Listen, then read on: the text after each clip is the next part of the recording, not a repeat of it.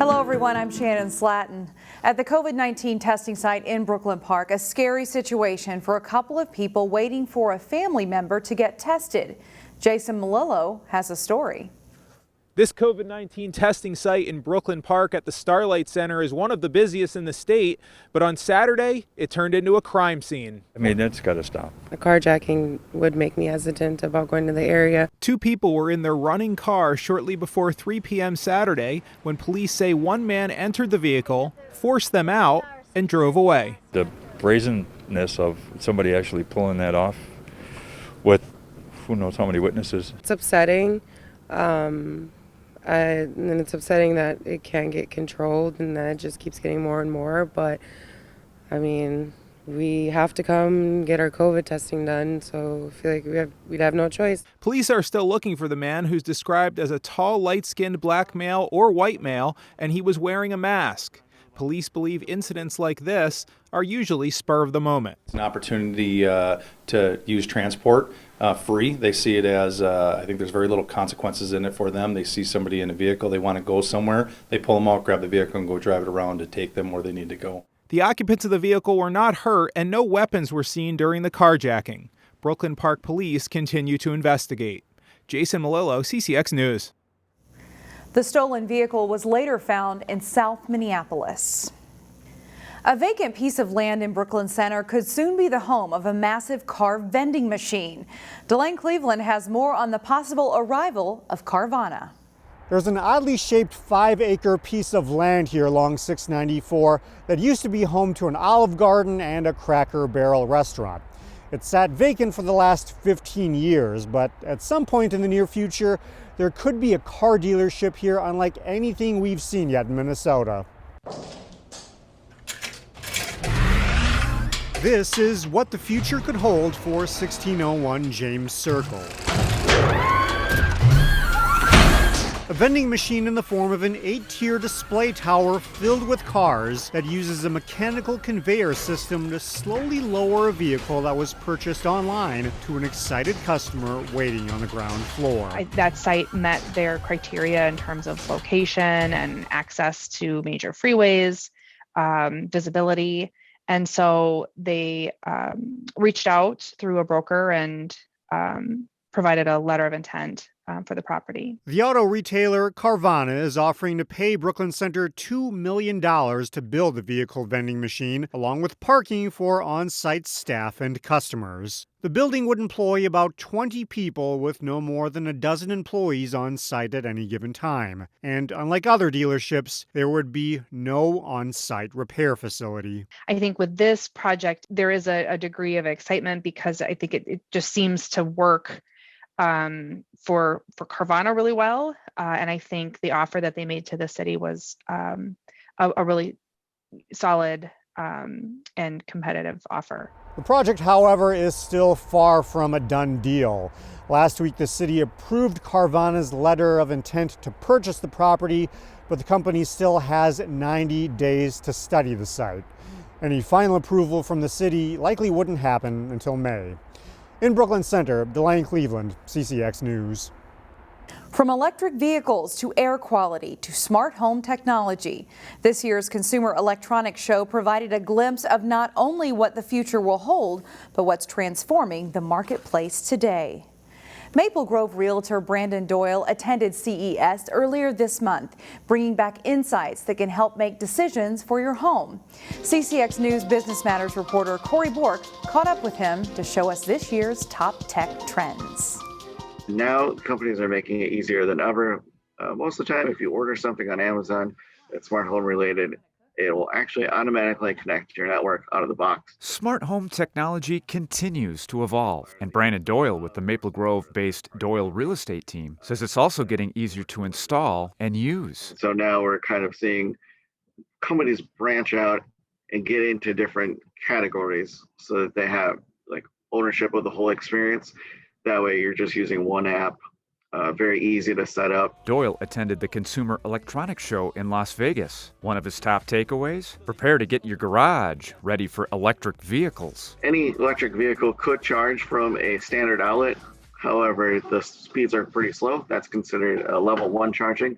For most people, they're going to want what's called level 2 charging, and that uses a 240 volt outlet, similar to what your dryer or your oven would run on. Doyle says one day your electric vehicle could help power essential items during a power outage. Wallbox did announce their multi-directional charger, and so the concept there is that in the future, your vehicle could act as a battery backup for your house. Currently, there are not any vehicles that have this capability, but in the future, I imagine most will have that. Another top trend is the result of COVID. That's the rise of air quality devices for your home. The AirThings Wave Plus system is one example. Actually, it's going to display radon levels, things like humidity, particulates in the air. And Doyle says the good news with products like these, the cost is coming down. You can get a really good air purifier for about $600 that's going to cover 800 square feet, which would be adequate for a main living area.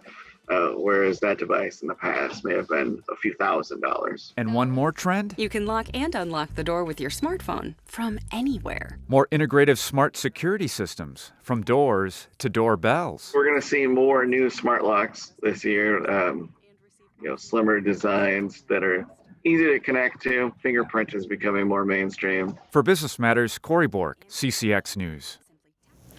And looking ahead to spring home sales, Doyle says he expects a lot more inventory to come online compared to last year as people realize how much equity they have in their home. We'll be right back.